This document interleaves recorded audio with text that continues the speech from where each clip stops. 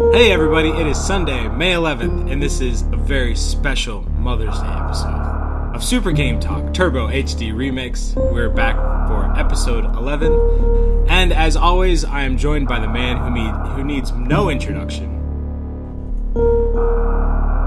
You need no introduction, go ahead. Oh, well, I was just I thought they were assuming. Hello, Vertigo everyone. Tea Party. Word to your mothers.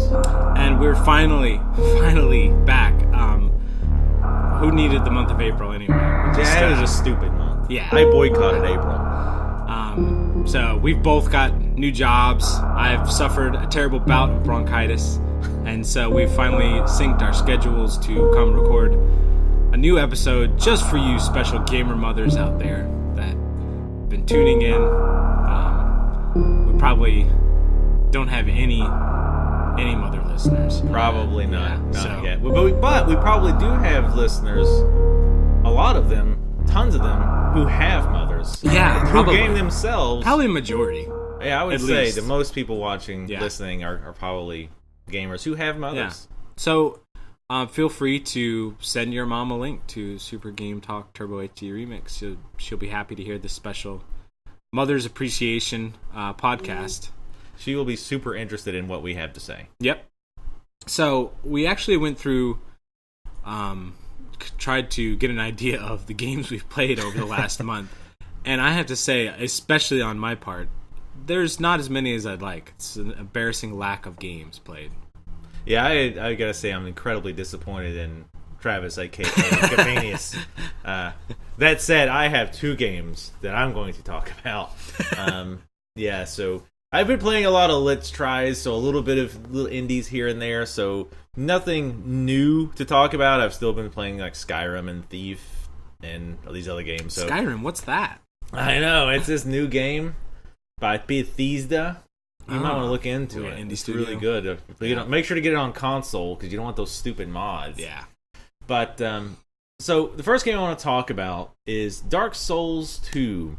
Oh, yeah. So this came out like a couple months ago, but then it came out for PC like 2 or 3 weeks ago, I think. Mm-hmm. So I've been avoiding all spoilers because when I played Dark Souls 1, I'd watch various Let's Plays and rage throughs and speed runs. Wait, what are rage throughs? People who play it and get very, very angry, which it works well with Dark Souls. All right, I like Well, people that. just call it like, I think it's kind of a side term that people have come up with.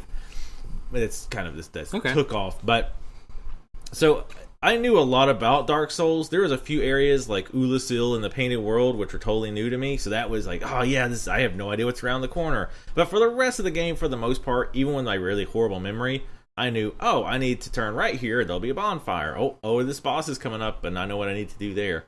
So it wasn't quite as fun. So with Dark Souls 2, I specifically avoided pretty much any spoiler I could. I watched maybe 2 trailers for the game, and then I was like, I don't even want to see trailers. I don't want to see anything. I want to go in this totally blind. So far, I have to say, early on, I'm enjoying it, but I'm a little disappointed. Some of the changes that they've made, I feel, make the game more frustrating without adding any real challenge. For example, I love the parry mechanic. I like parry mechanics in any combat game, where if I block or I parry just at the right time before the enemy hits me, I get rewarded in some way. Like I get a riposte, or I do extra damage, or it stuns the enemy. I love that idea of a combat mechanic. And I liked it in Dark Souls 1 a lot. I didn't use it as much as I wanted to, but I did use it a bit. And I really wanted to use it again in Dark Souls 2. But they've really changed parry. The parry takes a long time now. Like in Dark Souls 1, it definitely was not instant. So you still had to give yourself like a quarter-second leeway. But there's a huge gap when you hit the button and when you actually parry in Dark Souls 2. So with Dark Souls 1, I could parry an enemy I've never seen just because I could watch the animations, and when I could see like the frames of him moving his arm towards me, I could time it right and parry. But this Dark Souls 2, that's not really the case because your parry is so slow. A lot of times, if you wait for that animation, it's too late. So you have to memorize the animations, and that feels really, really weak to me. Like I don't know why they made this change. I think it was because of the stupid PvP. Another game ruined by PvP bullshit in my PvE game. Is there a way that you can change the stats of your player to make your parry faster? Or is As far as I know, there's not. I think some shields and some items have bigger parry windows. So maybe with this one shield, you've got to like parry within 3 frames of them attacking you. But if a different shield, you have 5 frames or 6 frames or something like that. So there, I know in Dark Souls 1 there had stuff like that, where the shields would actually, some shields and some actually offhand weapons would be better for parrying. I'm assuming that's probably the case for Dark Souls. I don't think you can make it any faster. So that's been one of my big issues.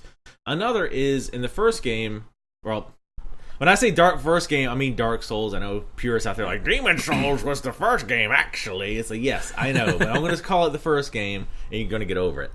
But so another thing that I don't like is in the first game you had the Estus Flasks. So those were basically your health potions, and those refreshed anytime you either died or anytime you rested at a bonfire. And the lowest you could ever have is 5. When you first went to a bonfire, without getting into the mechanics, when you first went to a bonfire, by default, you could get 5 Estus Flasks anytime you rested at that bonfire. But if you rested, all the enemies respawn. So you kind of had to weigh. It's like, well, do I want to go back to the bonfire and refresh? But then I'll just have to clear all these enemies again. So I like that. I like that mechanic. In this game, you still have Estus Flasks, but you have to find shards of the flasks. And so far, they've been pretty rare. I'm pretty early on, but I only have 2 Estus Flasks. And the healing item, or it seems like the main healing item they want you to use, are these healing stones, which heal you over time, which that's fine, but they don't refresh, so you have to either find them, and they've been pretty darn rare, or buy them. So that's one of the things. Is like, okay, it's all right on its own, and it's early enough that I'm like, I'm not crazy about this mechanic, but let me learn it a little bit. But there's other mechanics that build up on top of that. It makes it feel like in Dark Souls 2, you're punished very, very hard for experimenting, which I feel is really bad. Because with parrying, especially with this new parry change, you have to really experiment to learn the timing versus all these different monsters. Well, another problem is when you die now, you have your health bar, but every time you die, you go back to your bonfire, but then you go a little bit more hollow, and your health drops a little bit. Like your max health drops a little bit. And then you die again, it drops a little bit. So, of course, you can see it's a domino effect because you get easier and easier to kill, so you die more. Until the point you're at 50% health, and then it won't drop anymore. But you're at 50% health. So how do you get that higher? To reverse that, you have to have something called a human effigy, and you just use it. Makes sense. Yeah, and I found it. Yeah, and it doesn't explain that, by the way, at all. Which it's another complaint I had that we'll hit on in a second. But it's you use because the thing that was confusing, because if you read the description of the effigy, it talks about burning it at a bonfire. So I was like, okay, well maybe if I burn this at the bonfire, that'll reverse my health issues. Well, you do that, and apparently that does something to you to make it harder for you to get invaded. But it doesn't reverse your health thing. So I used it, and it didn't work, and I was like, well, okay, I guess the effigy is not how you use it. But then I found out later, oh no, you just use the effigy, but not burn it at the bonfire. I'm like, oh, okay. Wish the game had told me that.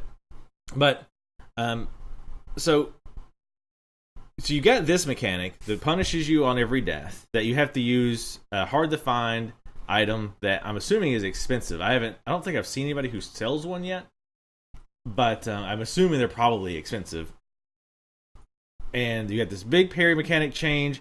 Also, they changed durability so that every time you rest or you die, all your items go back to max durability. But your durability drops a whole lot faster. So if you're doing really well, your items can actually become worn faster. So you have to swap out weapons faster. So you're basically being punished for doing well. So it's like, all right, I have this really good weapon that I've worked on, and I've killed too many enemies before I rested at a bonfire. Now I need to either use repair powder or I need to switch out to this other weapon. So I guess it's their way of trying to force you to use multiple weapons, even though I did that anyway. I had like 3 or 4 weapons I switched between by the end of Dark Souls 1. So that feels really stupid. Like, why would you punish people for doing well? I think they wanted to have durability to be significant because it wasn't really in Dark Souls 1. The only time durability was really significant in Dark Souls 1 is the game, like, I don't know if they planned this or what, but right around the time you get to the bottom of Blighttown, which is a really hard area to get to and get back out of, your weapon often is ready to break. and there's no blacksmiths or anything down there to repair it. So like that's the one time I think a lot of people get hit by durability, and after that they just keep their stuff repaired, and it's not a thing. So I don't see the point. Like it feels like they just were like, I want to make durability meaningful, and they just threw this in there. But one thing I have heard that apparently they just found this bug like from software. I swear to God. Like, I swear, as much bitching as I'm doing, I actually am enjoying Dark Souls 2 for the most part. Let me just throw that out there. For the most part. But yeah, like, they had this bug where they, like, this is like facepalm, like, level stuff going on. They were calculating durability by looking at every frame that the weapon was, like, hitting a body or hitting a wall or something like that. And they calculated it based on console's 30 FPS. Well, if I'm on PC and I've got 60 frames a second, I'm getting durability twice as fast. It's like, how did you think this was a good idea? How did you not think, okay, well, we'll do it up to like X amount, like like on PC you're gonna be split it in half. If something else, like how did you not catch this in testing? So if you really have a really crappy computer and you put the settings way up, you're good. Yeah, you're good to go. Like, play it right. You get like a 5 to 10 frames a second. Your weapon will last forever. Yeah. So apparently, because when somebody told me this, like I was like, "Oh, you're kidding." I'm assuming you're like just pulling my leg, and they're like, "No, I'm 100% serious." So, and I hope that they actually were serious. It seems like a really weird way to calculate it, and to do any logic based on frames. Yeah. Well, I guess you do that on combat, whatever. But right, but to not factor in a faster frame rate on PC, even in a planning stage, but then to go so far as it wasn't caught. Like, it was obvious stuff was breaking incredibly quick. Like, one cool thing that they changed, see, I'm saying something positive. One cool thing is that I like the parry and I like to do the riposte, because riposte do a lot of damage after a parry. And at least with Dark Souls 1, with the riposte, piercing type weapons like spears, rapier, stuff like that, does a lot more damage. So I bought a rapier. I think I'm saying that right. I guess so. Rapier. But you can actually, and maybe you can do this with other weapons too, but you can actually parry with the rapier. Because normally you I think you can only parry with the shield normally. But with the rapier, you can actually parry. And I think you have a bigger frame advantage. Again, it's not really told, but it feels like there might be a slightly better frame advantage. So I have more frames with the rapier.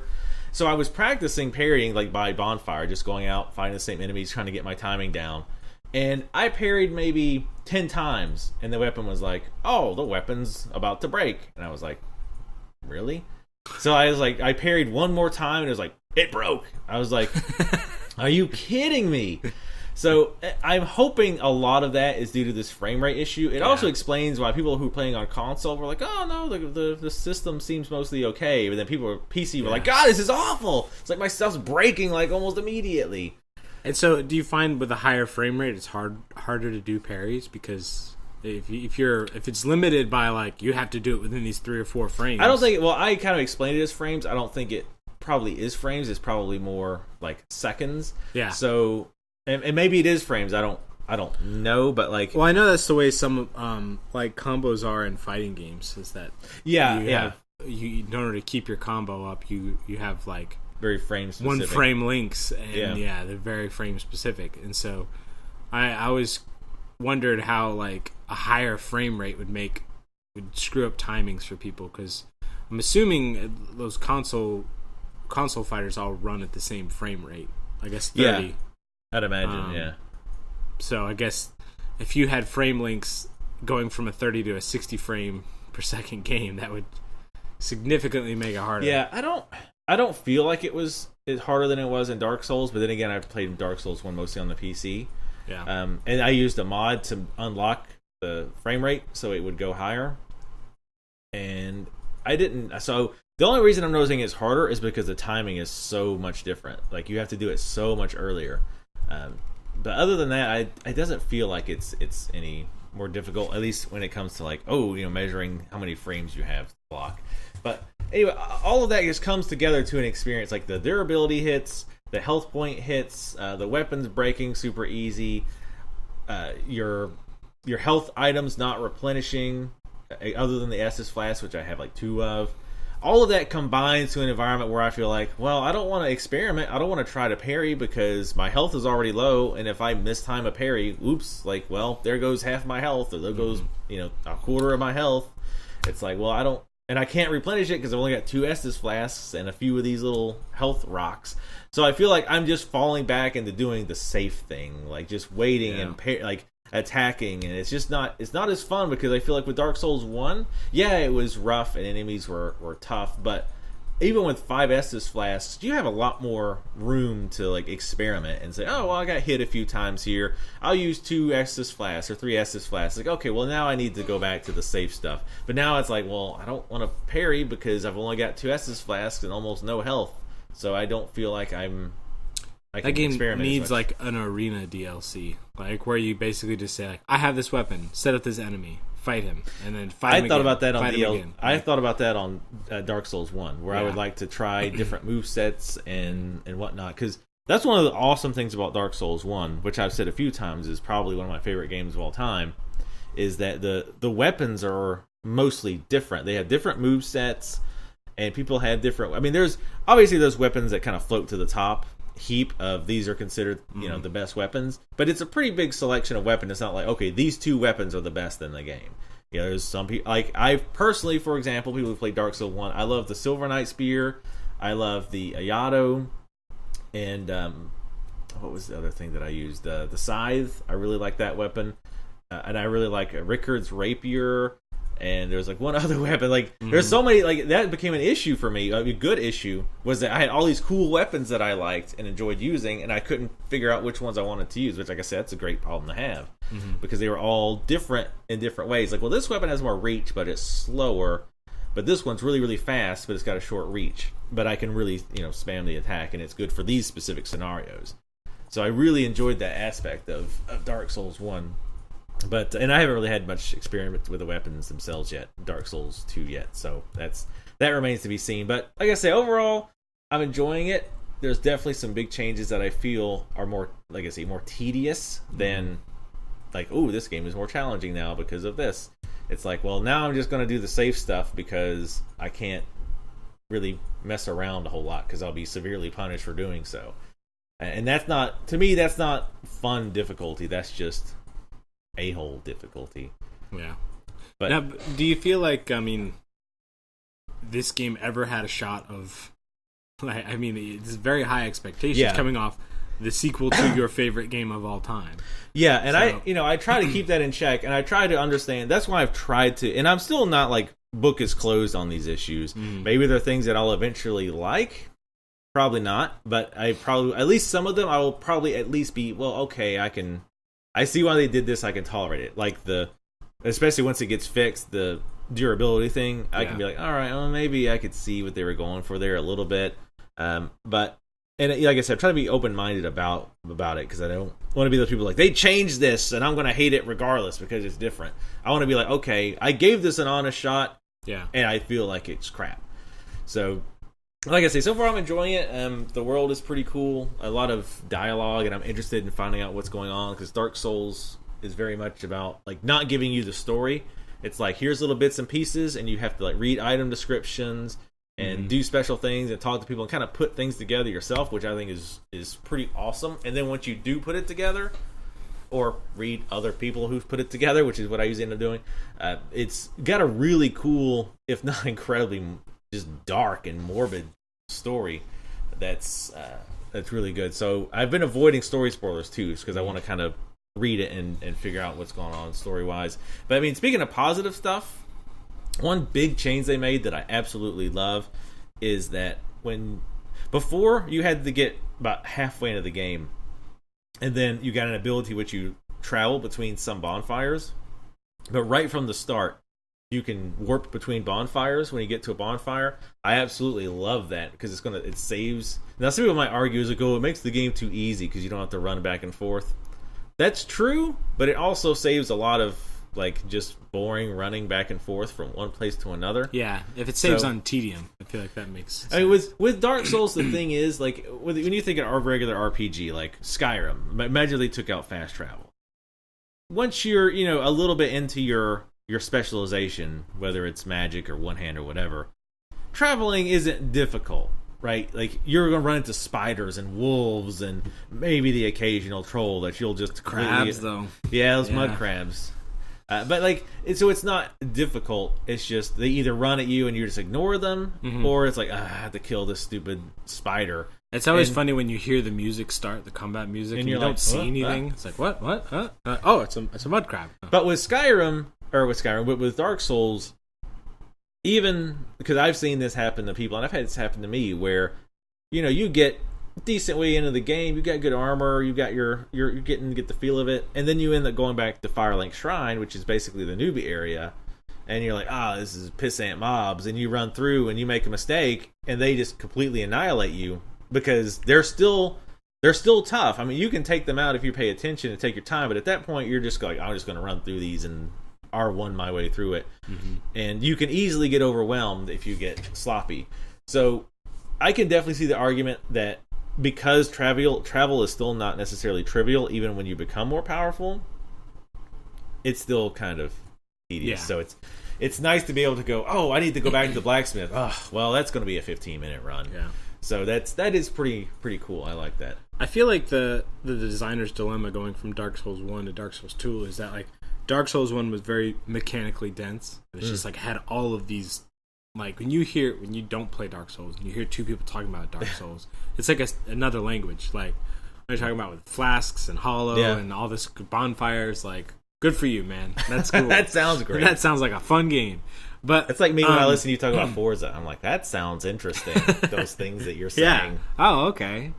But when you iterate on that, it's like, do you double down and you like make it even more dense? Then you potentially get people that really buy into it more and they continue with it, but you forfeit the ability for anybody to jump in, or do you just kind of tweak them and try to make it different? But then it's like nobody's happy, because it's still hard to get into. And then if you weaken the mechanical density of it, then you have people that are coming into it for the first time, like, this is more accessible. But then people are like, this is for babies. Like, I hate this game. Well, the big mistake, and I will flat out say that this is a mistake. I'll say this is a mistake for any game that Dark Souls 2 has made, is they did a piss poor job of explaining a lot of the mechanics. Like, I feel like they did an even worse job than they did in Dark Souls 1. But I think that was part of... Some people might not admit this, but I feel like that was a part of the appeal for some people. The thing is it required dialogue with another person to be like, no, this is how this works. Like, this works. It's not explained anywhere, but I figured it out, and so I'm telling you. When we're talking about, like, story, or how do I access this hidden area, or how do I beat this boss, like that, I totally... Or, like, the super in-depth stuff. Like, this shield has, 0.2 second better parry window than this other one. That kind of stuff, I do think is better to be left to discussion. But things like, how do I parry?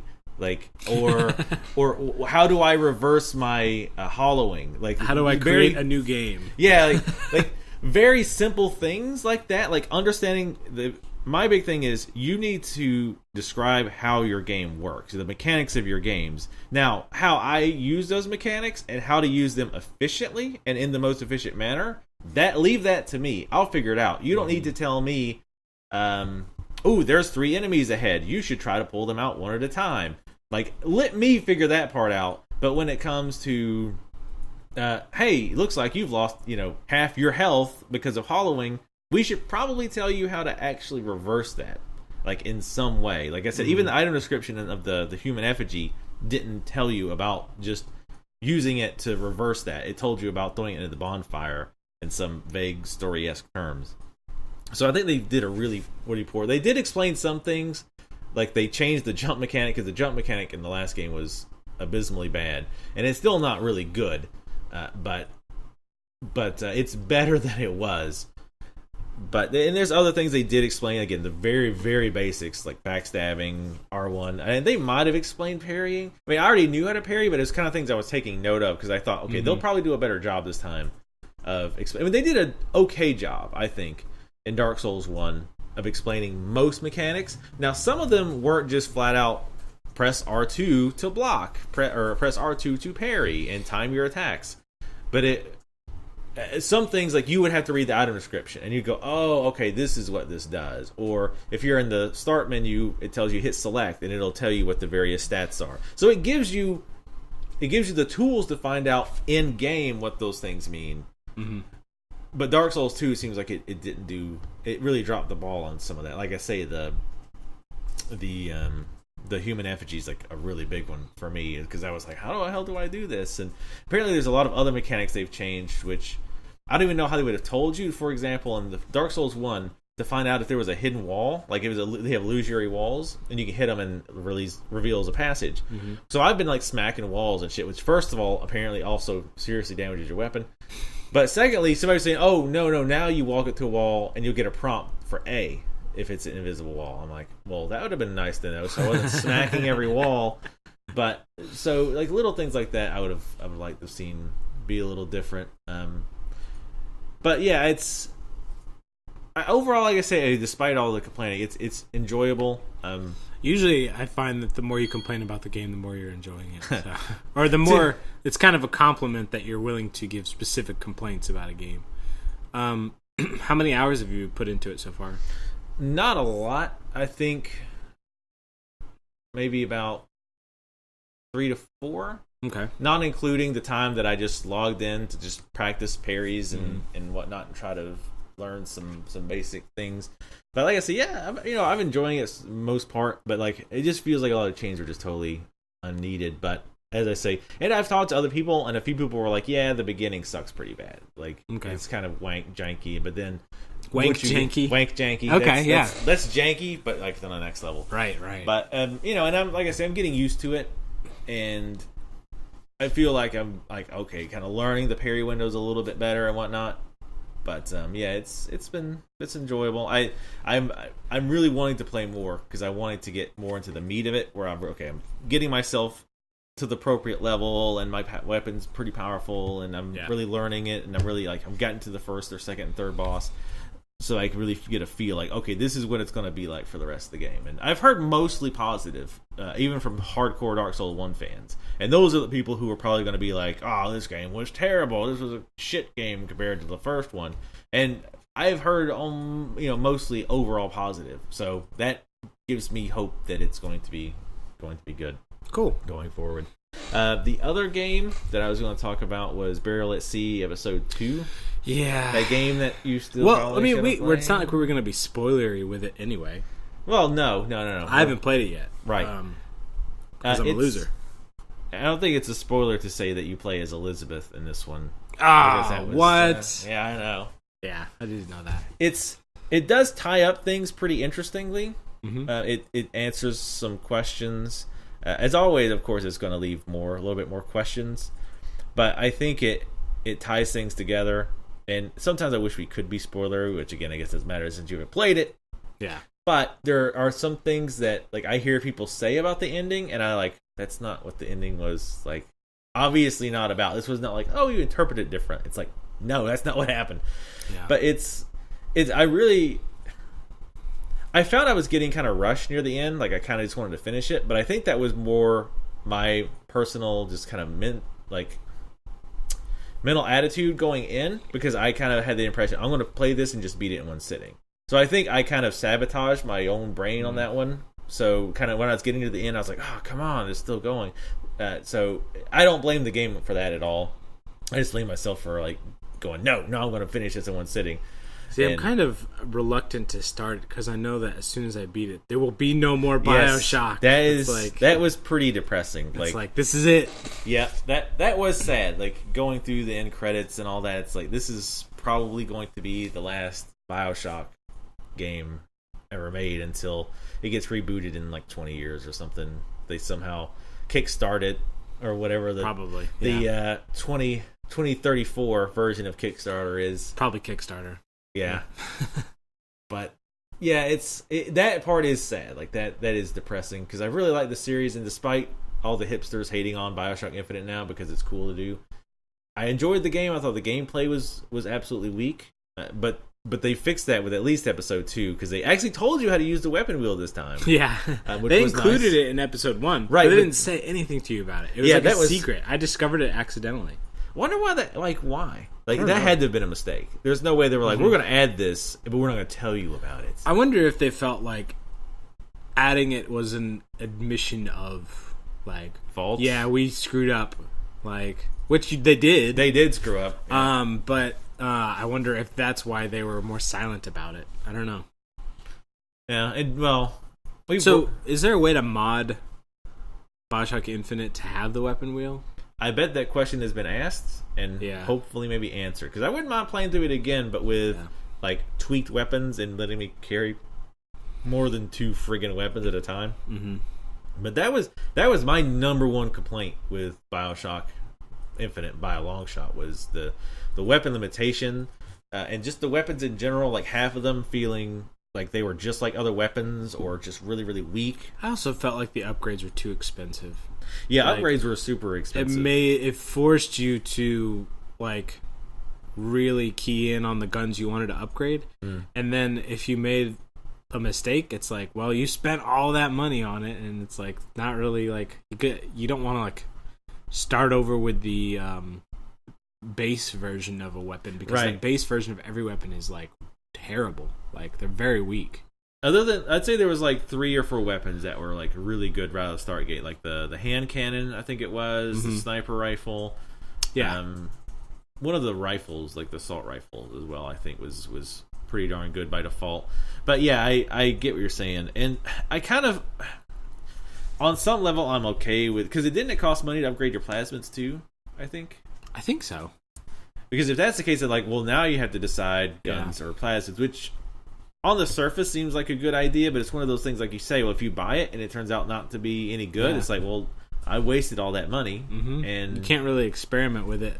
I mean, other than playing through the game again. Right. And yeah, I'm not going to do that just to use different weapons. But like I say, on the surface, it seems like a good idea to say, okay, you need to specialize in these certain things. But even as someone who tends to explore all over the place and get all the money and that, like, I still would feel like I barely was able to upgrade anything. Yeah, and I feel like you dig into garbage or something, you find $1. Yeah. $2. It's like, come on, man. I think that I would have been happier if I could have...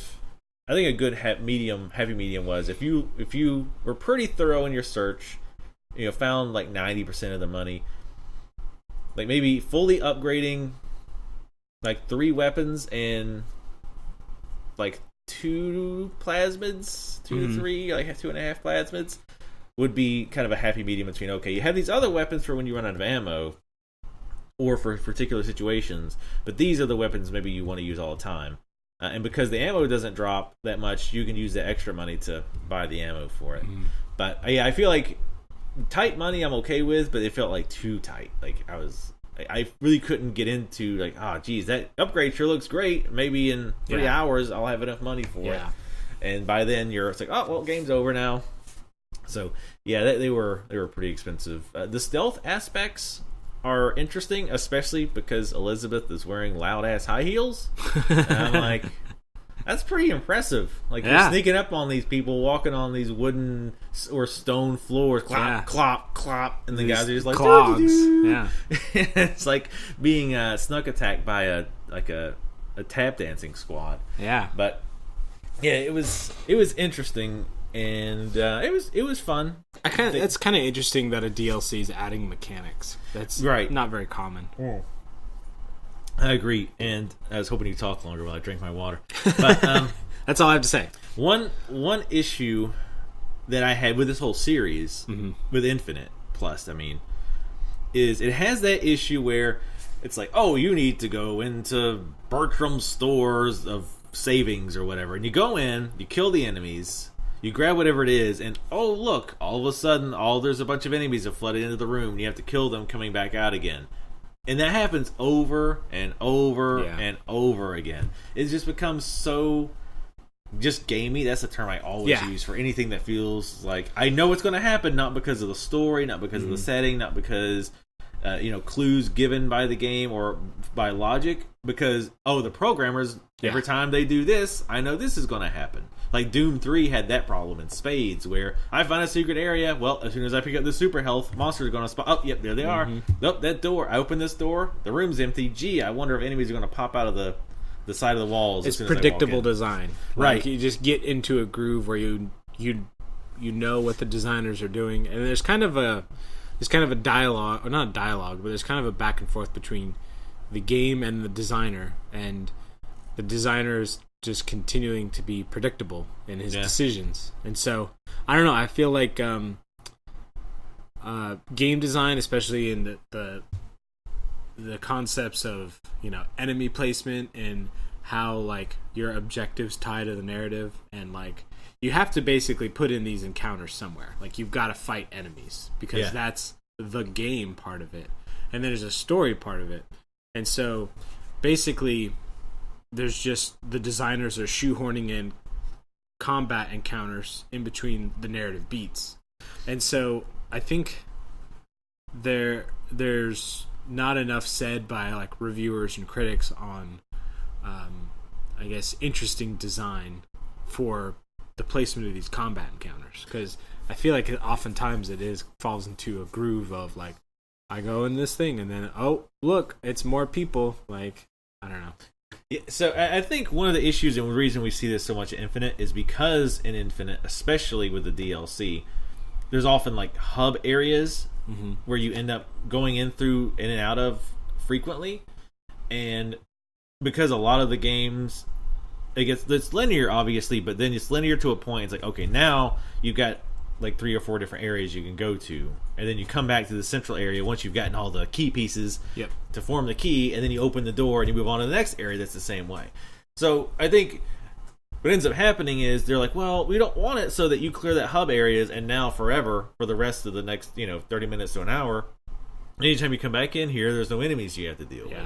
So we're going to respawn them whenever you go into sub area A and grab an item, so that when you come back, oh, now there's enemies you have to kill again. Now you go into sub area B, get your item. Oh, look, there's enemies again. So, but I think it feels like one of those design by committee things where they're like in a meeting room and they're like, okay, well, you go in, of course you have to kill the enemies, but then if you see, you keep coming back to point A, so we should probably put enemies there. So let's do that every single time. Let's just copy and paste that design idea and do that over and over. And it just becomes so predictable and so gamey. Just it takes you out of the world for me, and I find it disappointing, because especially with BioShock, and especially when we're in, spoiler alert, Rapture.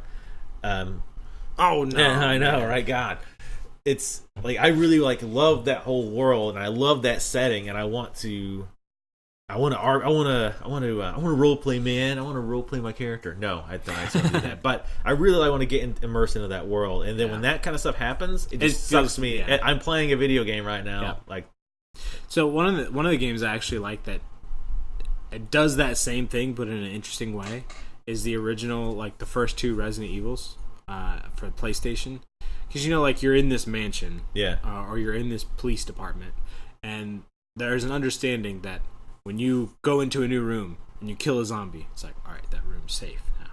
But you'd have to go back to get something or go through an area, like a throughway, a hallway or something, and then you just see that the glass was broken. And it's like, the glass is broken. That's interesting. So it's like the game would actually a little more organically introduce new enemies into previously secured areas. But it did seem more like intrinsic to the reality. It seems like something that would actually happen. Yeah, exactly. And so it's like, I feel like that game did, that one thing right. I mean, you might not like the tank controls of it, but I remember back in the day really loving those games. Well, I didn't. The only Resident Evil I played the remake on GameCube. And I played a little bit of 4. Well, actually, I played a few hours of 4. But anyway, with the remake on GameCube, one thing that they did for that too was that, like, if you killed a zombie, like later on, if you didn't headshot it, it could actually come back to life as like the red face zombies, which were worse. Run at you, right? So you either wanted to headshot them, which was difficult with the controls and seemingly somewhat random, or you actually had to carry around in your incredibly limited inventory the gas stuff that you could gas them up and catch them on fire so that they wouldn't come back.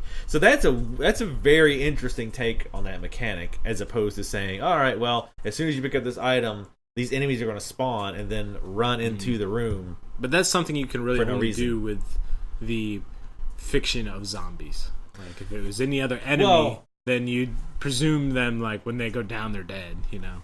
Well, I think it would be harder with something like BioShock, but it's still possible. Yeah.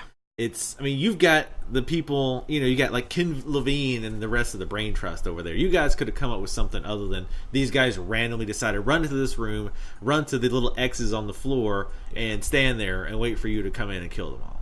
Yeah. So, yeah, it just like I said, it just felt so incredibly fake, and it happened in BioShock Infinite, and then it did it in both of the DLC. But did that happen with the first 2 BioShocks as well? I don't really remember. Yeah, I think that they had the kind of the same design mentality. Like, you go to a new area, and that area has like 2 or 3 branching paths of objectives, and there's a hub area, and every time you come back to that hub area, there's enemies, there's new people. And at BioShock, sometimes a Big Daddy would be there, and so it would feel different at least. Right. But this is just an injection of the same enemies. I think an interesting thing to be... I mean, I haven't played Part 2, but I'm assuming that if it's stealth-based, then there are guards that don't know you're there or whatever. So I think an interesting thing would be to come back to a hub area and find an enemy, like, with a radio in his hand or something. Yeah. Like, looking over a dead body, like, yeah, it's this guard that was here is dead. Like, and it would at least feel like a natural... like position to find them in, rather than opening the door and they're just like, there he is, like, it's like, there she is. yeah It's overall, though, I mean, I enjoyed it. Like I said, it felt a little gamey, and I felt a little rushed at the end, but again, I felt that was mostly me.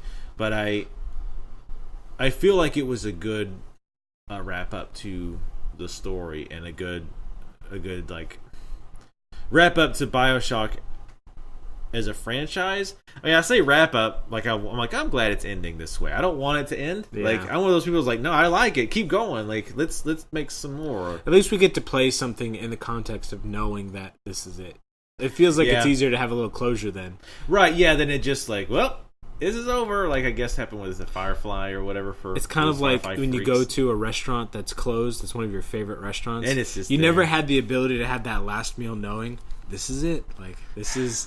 Rest this in is peace. The last meal I have. Rest in peace, Sal Grosso. Yes. Rest in peace forever. I love you. We were actually going to go somewhere for, like, my farewell lunch or whatever for work, and I was like, man, I wish Sal Grosso was still around. I had a little thought.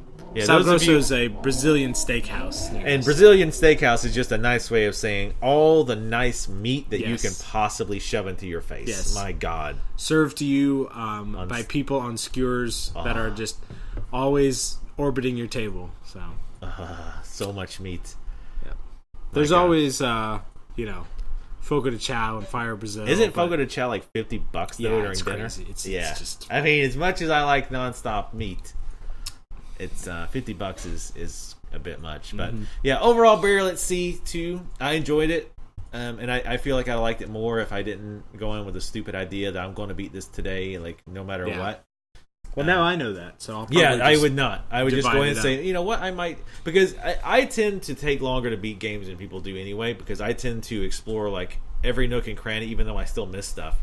I tend to, like, check everything and read everything. So it takes me longer. So when somebody says, oh, I beat, that episode in 2 hours, it might take me 4.5 hours. Because I'm looking everywhere and I'm wanting to try to find every little hidden item. Yeah. So I think the problem was I heard the people saying they beat it quickly, and even knowing it takes me a little longer, I still kind of in the mindset of I'm going to beat it in one sitting. So I regret that I did that, but I still enjoyed it, and I feel happy with the way. I mean, it's sad, but I also feel happy about. It's sad that it's ending. The games are ending. Because I know what you mean. Right, you hate BioShock. Right. That's pretty much what you're saying. I hate the whole series. Cool. That's what I'm saying. But yeah, I definitely think you should play that. And Dark Souls. I'll play that soon. I still think we should do projects. If I have a hard enough time playing a short DLC, I just can't see myself digging into Dark Souls. It just seems so daunting, intimidating. It is. It definitely can be. because there's that whole aura of, oh, it's Dark Souls is super hard and you're gonna die all the time, and to be honest, when I really got into it, when I started to play it, I was afraid that, or I kind of assumed that I was going to be like, yeah, this was fun. Mm-hmm. But, I figured I was going to just, like with most games that I play that are hyped like crazy, I figured I would just end it with like, well, it's overhyped, but I enjoyed it. Yeah. But I actually like super enjoy Dark Souls, and the first thing I did when I beat the game was immediately think, I want to play through this again on New Game Plus. But like, that's not very rare for me. Yes, like, and that like happened there's times with Arkham Asylum.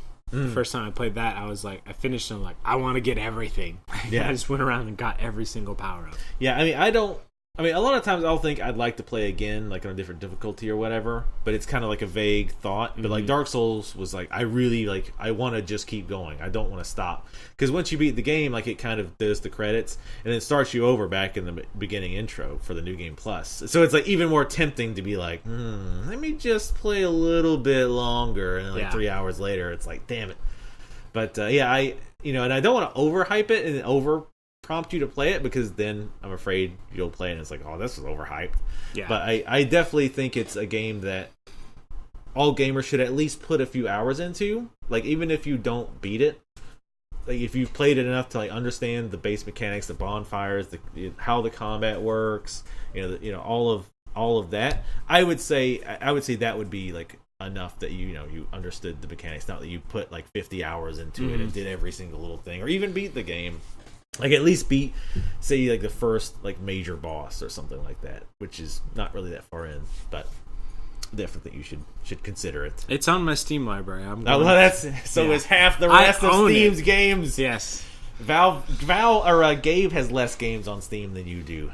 What do you mean? We probably have about the same number of games. We probably do. Yeah, I think we do actually. I don't need to point fingers here. I mean, I will. I don't know how to go with that. But so what have you been playing in the last month and a half?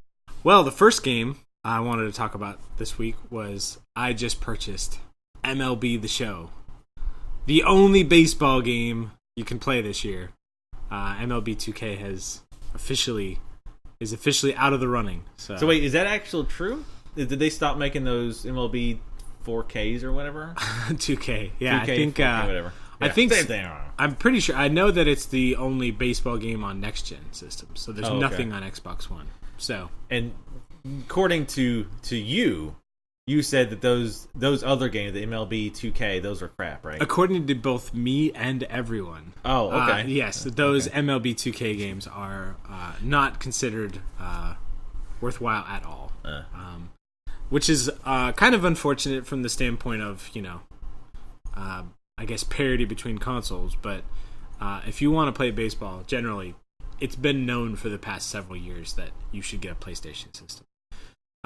So I was a little, I guess, hesitant or skeptical to see how this game would pan out because it's the first version for the PS4.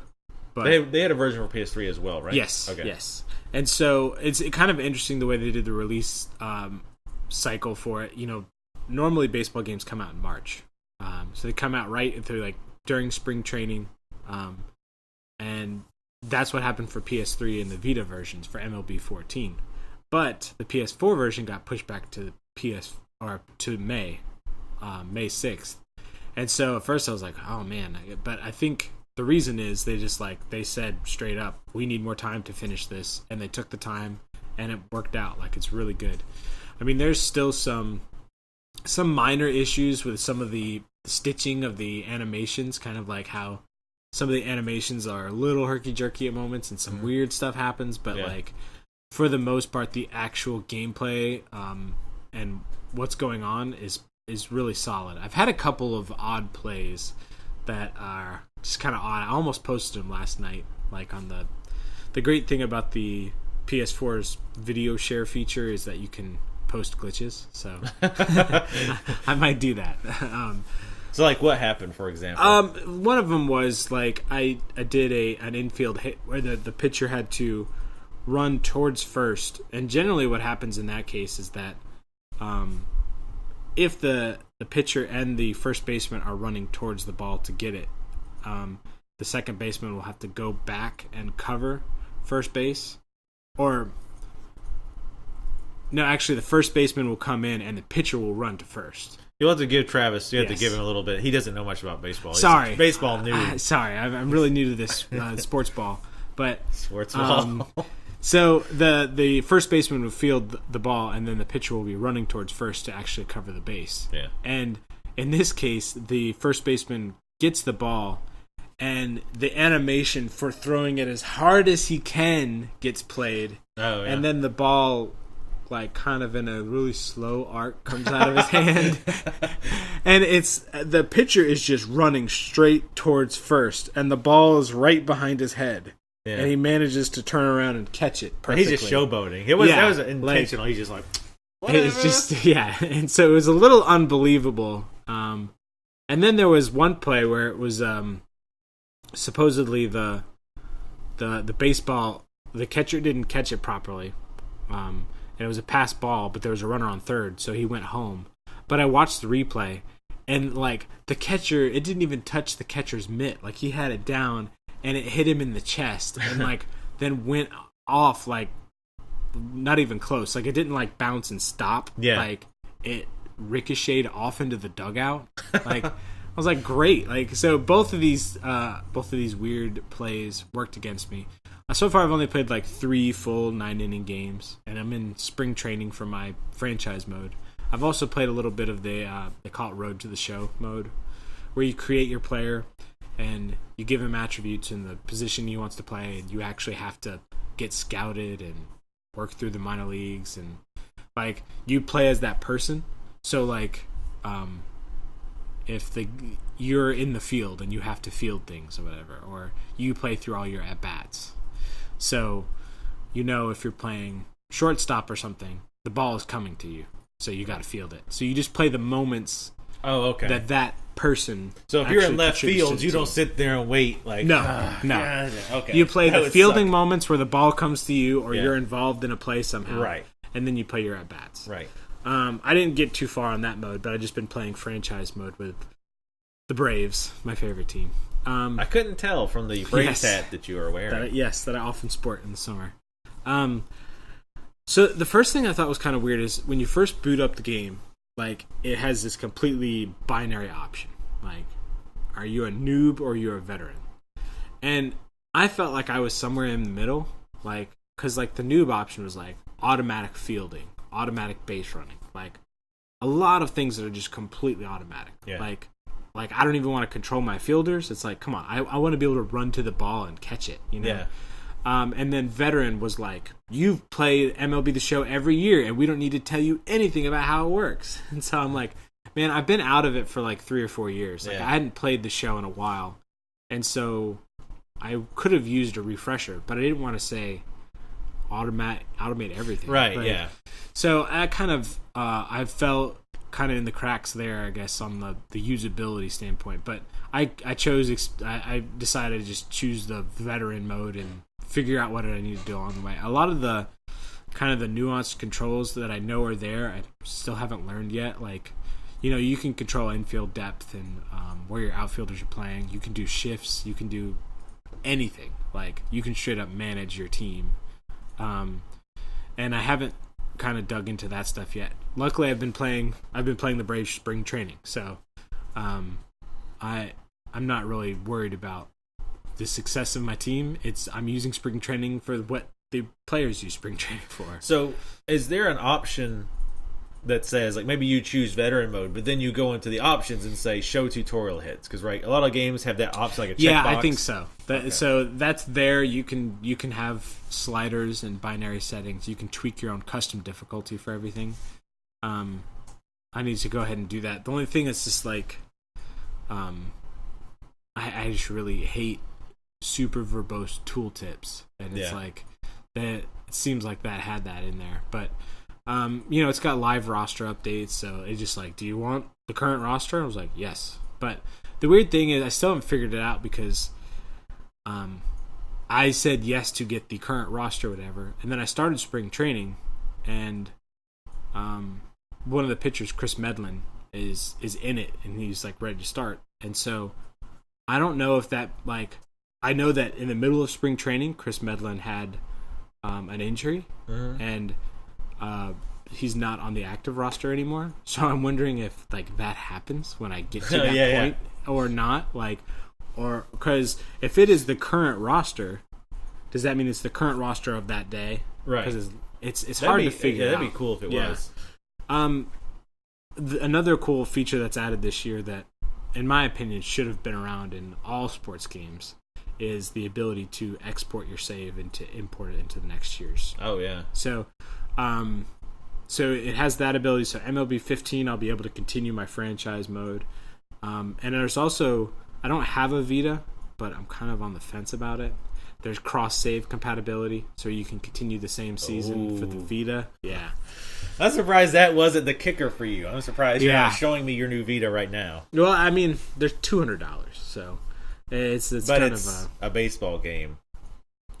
Yeah, and you can play it wherever I love you want. Baseball games, but like I said, I hadn't bought one in 3 or 4 years, so I'm not like the kind of person who's buying it every year. That's true. Now, do they have like a management mode where you just so you can just straight up nothing but manage? Yeah, you can do that. That's my mode right there. I was going to manage the team. I can't like hit, but I'm going to tell you guys what to do. Well, sometimes what I do is I'll like if I play a full season, it's 162 games a season. I don't straight up play every game. Sometimes I'll play a game and then simulate it up to a point, or I'll simulate through a couple games, manage my roster and my franchise. Yeah. But I try to play as many games as I can. Another feature they have is called quick counts. So generally when you play some of these games, you end up swinging the bat on every pitch, which is unrealistic. So by the time you get to the 5th or 6th inning, the opponent's starting pitcher pitch count is super low. Like, you could make him basically, or the opponent's starting pitcher could pitch 9 innings if he wanted to. Yeah. So quick counts basically just start you out in a realistic, late count for that batter. So it could be 1-2, it could be 3-1, it could be 3-0 or 0-2, And so you basically have to adjust the strategy of that at bat based on your current count, but it also ensures that your opponent's pitcher pitches more pitches to you. Yeah. And he'll get tired by the 5th or 6th inning. Right. And then you'll basically force them to get into their middle relief and their setup man and their closer. So I guess the disadvantage of that is you could be put in a tough position. If you're starting out 0-2, it's well, I didn't earn that 0-2. It was given to me, So I don't know. I might play with that. It seems more realistic and more challenging, though. I think would go rather out. Yeah, it's definitely it takes into account almost all the aspects of what makes baseball a very strategic sport. Yeah, and I really like that. So, when it comes to strategic baseball, this is probably my favorite series, and this is probably my favorite iteration because they've been consistently iterative and improving. Yeah. But when you're talking about unrealistic baseball, still a big Super Bases Loaded fan. Followed closely by King Griffey Jr. King Griffey, yeah. Yeah. Are they remaking RBI baseball or something? I think they did. I hadn't played it yet. They did already? Yeah, it's out. It's out for everything pretty much. And I heard it was just really meh. Oh, really? I've been wanting to get it, but it's it's $15, I think, maybe $20, and it's just I don't really feel. But you have the show. It's yeah, exactly. There's arcade baseball and there's strategy baseball. Right. Is RBI more arcadey? Yeah. Okay. Yeah. I believe so. But the thing is, if I wanted to play arcadey baseball, I'd play Baseball Stars 2 or Super Bases Loaded. Those. I don't know. Or Baseball Batman. Current rosters don't make much sense. Yeah. Baseball Batman. Ninja Baseball Batman. That's the ultimate baseball game to me. Yeah, the brawling baseball. Yeah. I like that. So overall, you're saying this is probably the best baseball game you've played? It's the best baseball game ever made. Wow. No, I think next year's probably gonna there's still some hiccups in it. But you think I kind of expect those? They might. There might be patches that fix that stuff. But there's also a lot of gameplay modes that I haven't dug into. Like there's online franchise mode where you can get with 29 other people, and you can have a league. Holy shit! It goes an entire season, and you basically can play for a single team.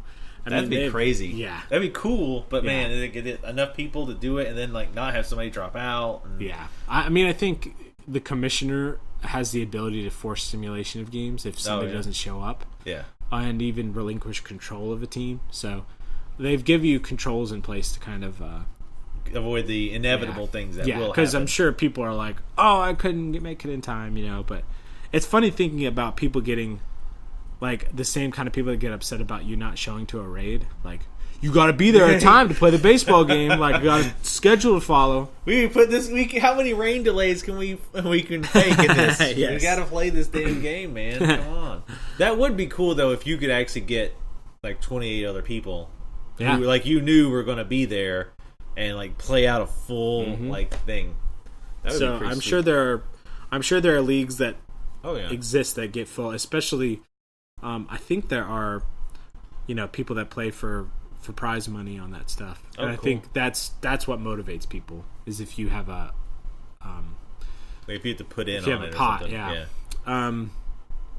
So yeah, I mean, I've only played a few games that came out on Tuesday, but it's really good.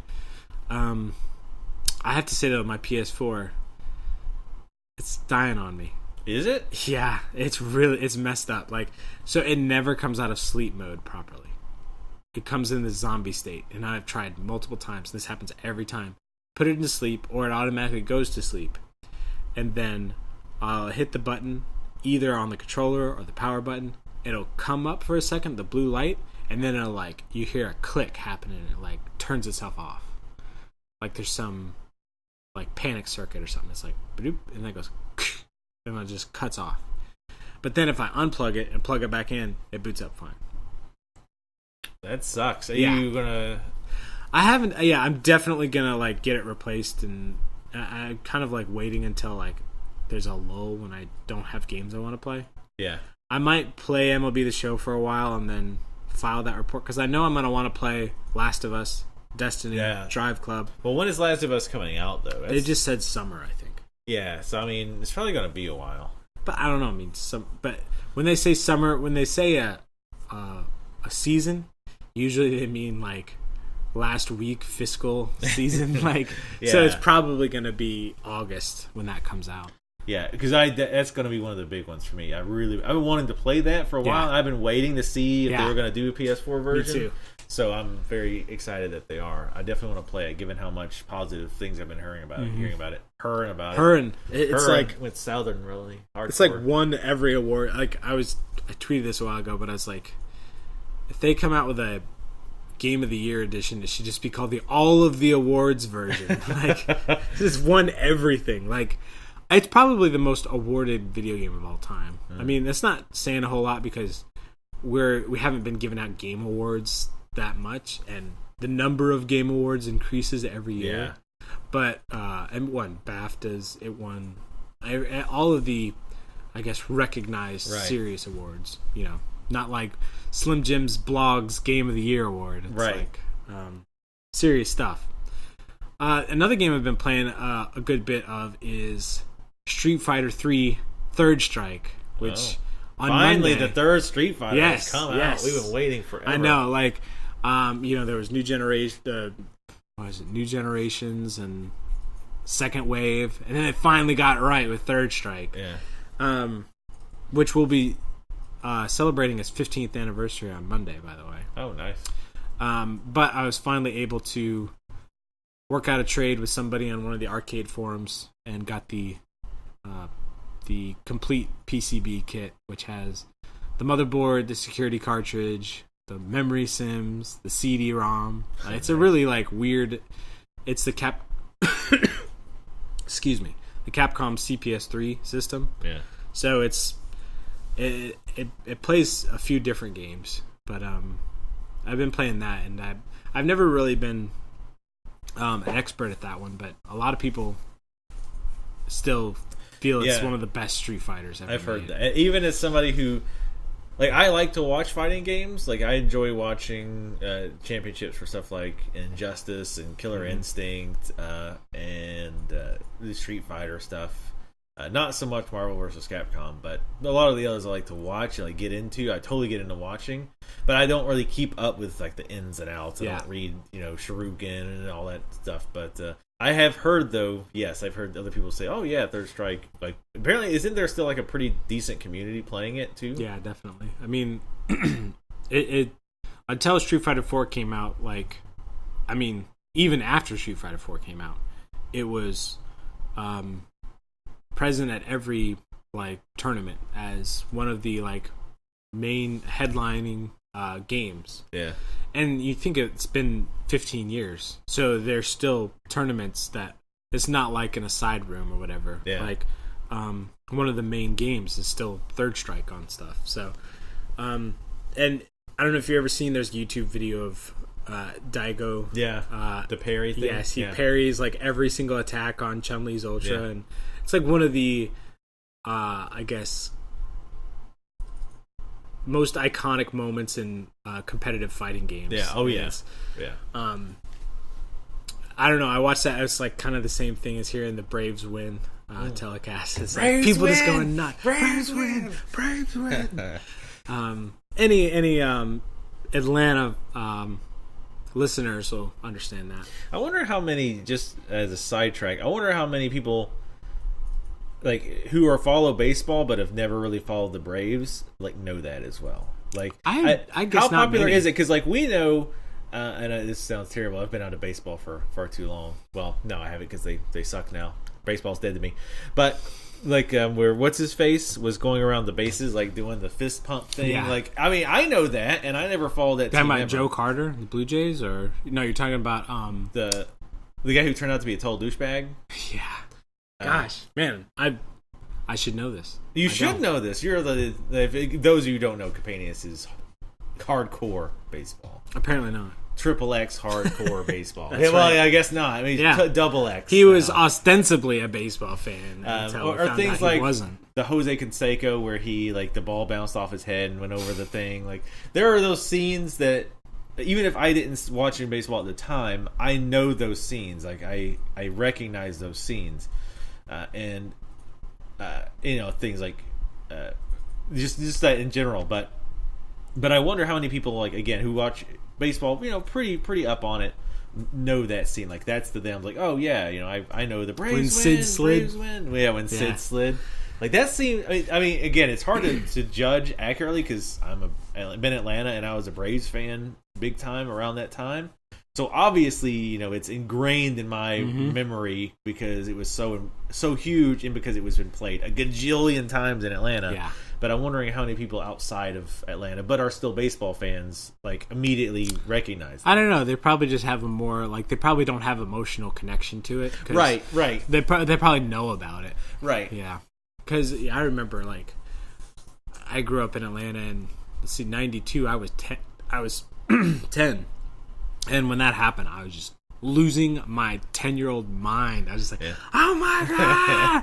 I was loving it. It was just so, and me and my brother, my dad recorded it on tape, and we watched it again and again the next day, just over it and over it. Yeah, Francisco Cabrera, who was a nobody, hit the ball. And and Sid Bream, who was never really a good, a powerhouse. Great first baseman. Yeah, he did great. But he wasn't one of our top hitters, and he was the one. Because I felt so glad for him because he seemed like such an awesome dude too. Yeah, and, everybody was just happy. Everyone's on top. It was of just crazy. Almost killed. Since this is a baseball podcast, I'll continue on with this discussion. But an interesting, I guess, piece of trivia before that play happened. Barry Bonds was playing center field. Ooh. And I forget the other. I think it was I don't know. It was Andy Van Slyke.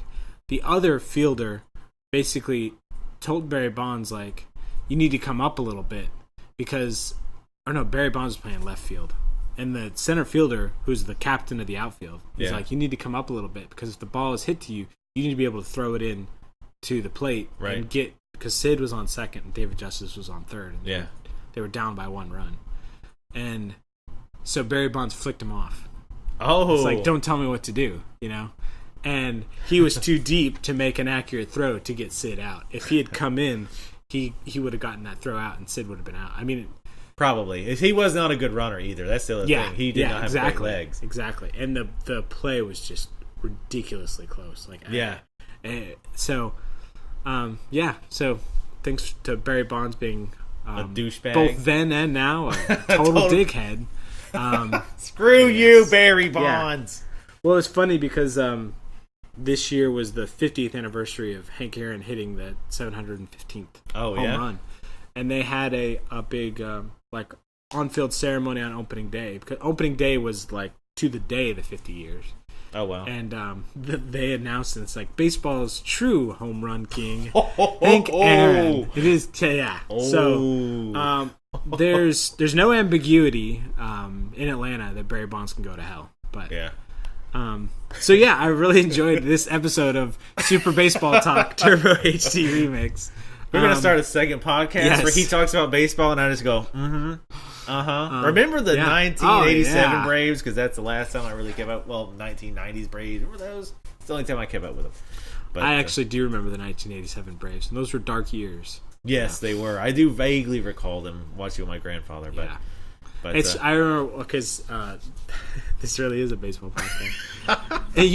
And before 91, if you were watching the Braves on TV, you'd see a foul ball land in empty bleachers, and you could count 1, 2, 5 seconds, and then you'd see a dozen kids just run in and grab the ball. Like it was an empty stadium. But yeah, I don't miss you, Fulton County Stadium. All right, so back to video games. What were we actually talking about? Games I played. And yeah, we're talking about Third Strike. What's funny is we're talking about Third Strike, not even the show. Yeah, we're not talking about baseball anymore. The show. We're back to baseball. About Third Strike, and then that's how I got to baseball. So, Third Strike is really good, and I suck at it. And so I'm trying to get better. It's funny, though, because after every match, you get like a grade on your match, even against the computer. Yeah. And so the best I've been able to get is a C. So it's pretty rough. Passing grade. Yeah, that's right. So let's see. I've also been playing a lot of just kind of retro systems. I've been I just restored an old Sega Genesis. Like the connector on it was like messed up, so I had to resolder some joints and everything. And so I've been kind of working on some of that stuff, and I've been playing. I actually got a really good Goodwill score the other day. I went to Goodwill and found some Super Nintendo games. Oh, nice. And they were all $2.22. But I got Chrono Trigger, Final Fantasy 3, which both sell for $60 or $70. Do they? Yeah. Oh, wow. And Super Metroid, Donkey Kong Country, which those I already had, but I was able to give them to a friend. So. Yeah. And that wasn't me, by the way. You didn't give it to me. No, of course not. No, I could say it was a friend. Yeah, exactly. And so I also was able to get a copy of Final Fantasy 2. So I think my Final Fantasy collection is... the only thing I'm missing is the first Final Fantasy for 8-bit Nintendo. But so I have every US release. What's the actual probability of you playing one of those Final Fantasies in the next 5 years? I would say not. The question you should be asking is, what's the probability I will finish a Final Fantasy game? I'm asking if you play. I pick them up and play them all the time. Oh, okay. I start them and then I'd be like, I'm going to play through this game, and I never do. Right. But I always start. I started playing Chrono Trigger, and I mean, I got 7 or 8 hours into it. Yeah. So I mean, I played it a good bit. I need to go back. A tenth into the game. So I mean, yeah, I had one of those moments where you play it for 40 minutes. And you forget to save it, and you die. And it's you just you're not in the land of autosaves anymore. So you got that actually stopped my run of the one game that really sticks out for me was with what was the Wii version of the Metroid?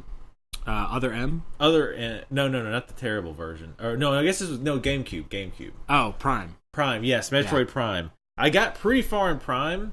But I got into this part where I was playing for 30 plus minutes without a save, and I got killed, and it put me back, and I was like, nope. I put it down, and I never made it again. It's such a, I don't know. it's like it's hard. It's like, oh, I gotta go through all that. I gotta slog through that and stuff Yeah. to get through it again. But I'm kind of at that at Chrono Trigger.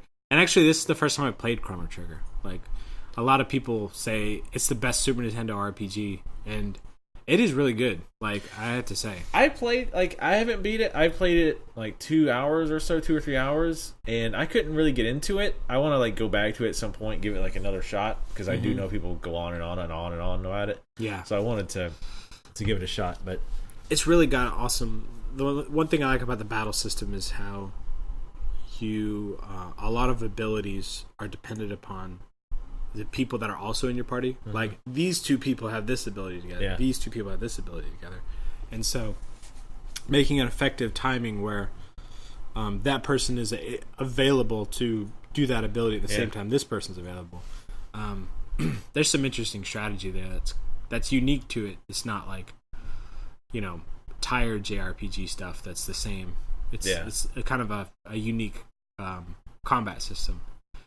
I've also been playing a lot of Tetris, which is probably really boring to talk about, but I've been trying to really figure out the best way to get my scores up on that.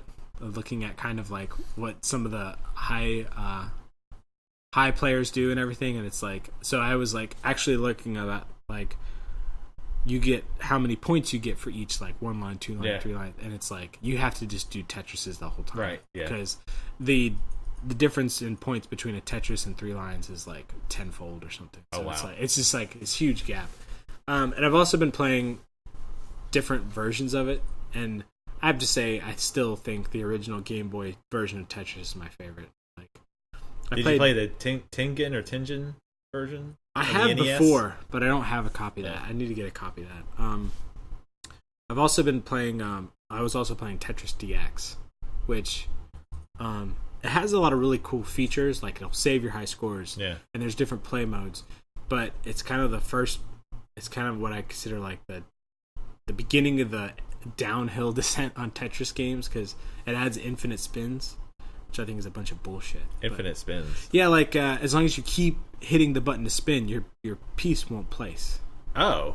Yeah. Well, that seems dumb. And so there, like, another thing is the scoring is really generous on drops, because on Tetris DX, when you hold the down button, you get points for the amount of time that it's dropping.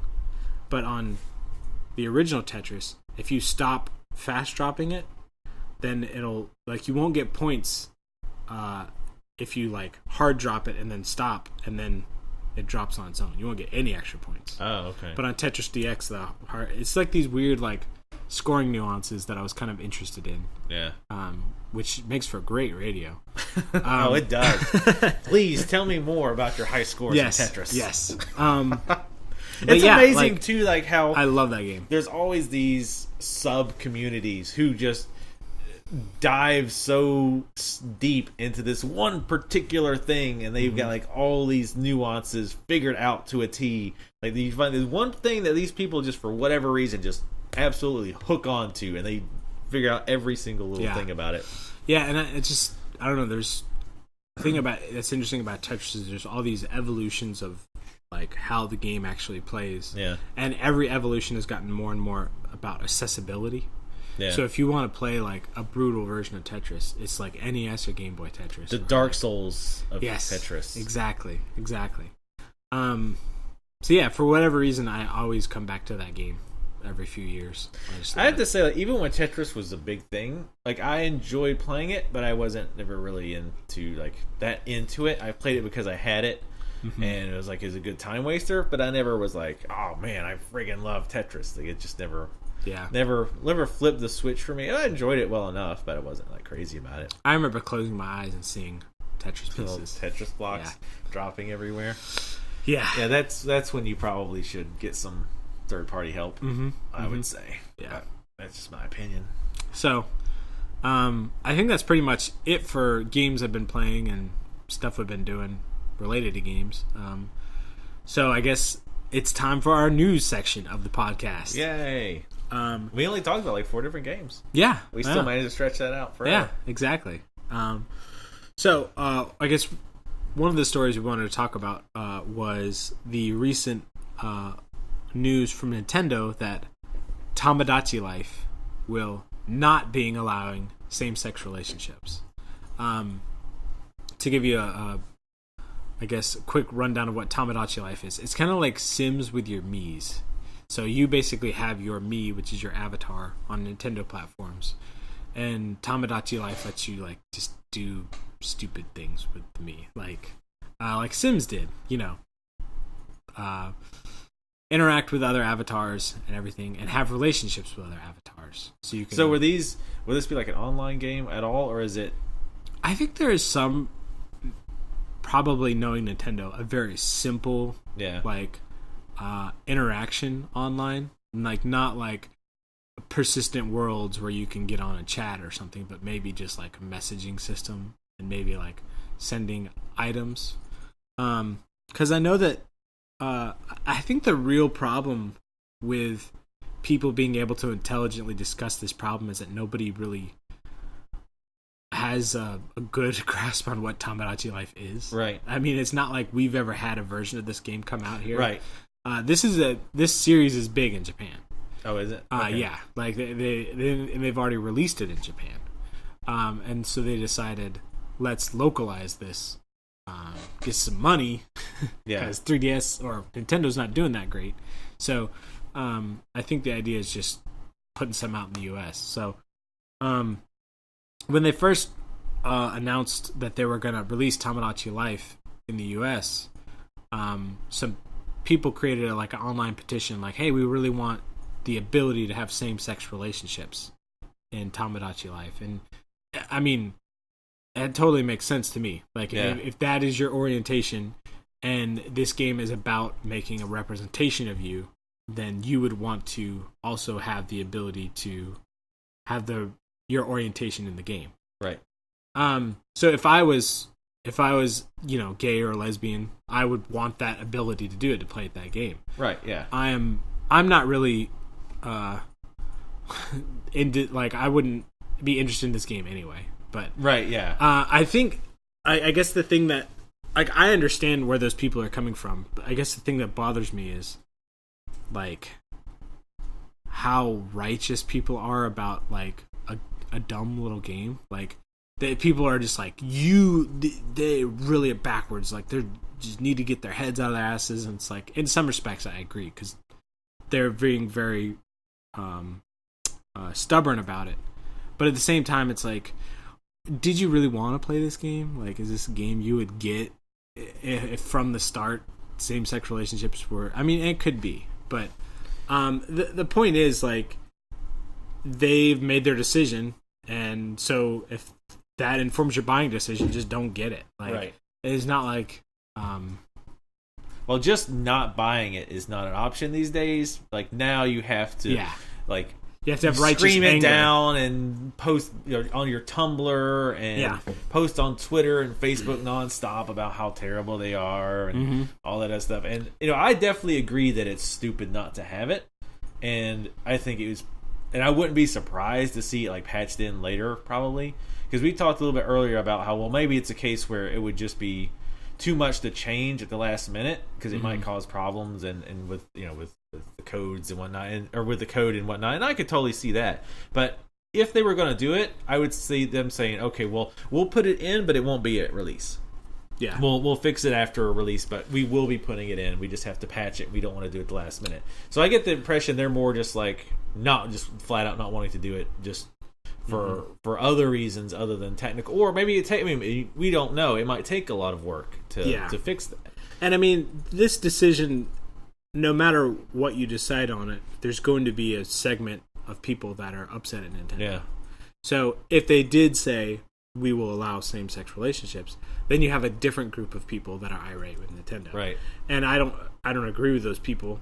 But Nintendo would still have a black eye. I mean, if I was Nintendo, I would release a separate version, like Tomodachi gay life. I don't know. Just like where only same-sex relationships are possible. Unhinged. And it's rated T. And it's got a black like label on it. Well, you know they would get all kinds of crap for that too. Especially if it was rated T. Right, yes, right. I'm being silly. Just to be clear, because somebody's going to be like, oh my God, he thinks being gay is like deviant. Mm-hmm. But like, I absolutely am with people in saying that it should be added. Like, because it's not like it's like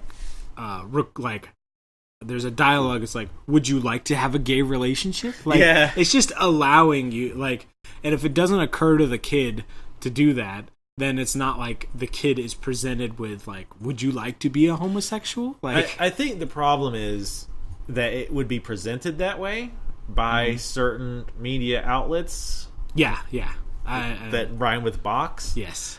And that's the problem we would run into, or Nintendo would run into, is that no matter how they do it, let's say it's like The Sims, right? The Sims, you pretty much talk to people, and if you talk to them, and if you try certain methods of flirtation or whatever, they might fall in love with you, whether they're same sex, different age group, different, no matter what, as long as they're not relatives. And I've tried. I want to make my own Lannister family, but like it just is a thing. Like it's not considered like, oh well, you're trying to do a gay relationship, so this is a little different. It's like exactly the same.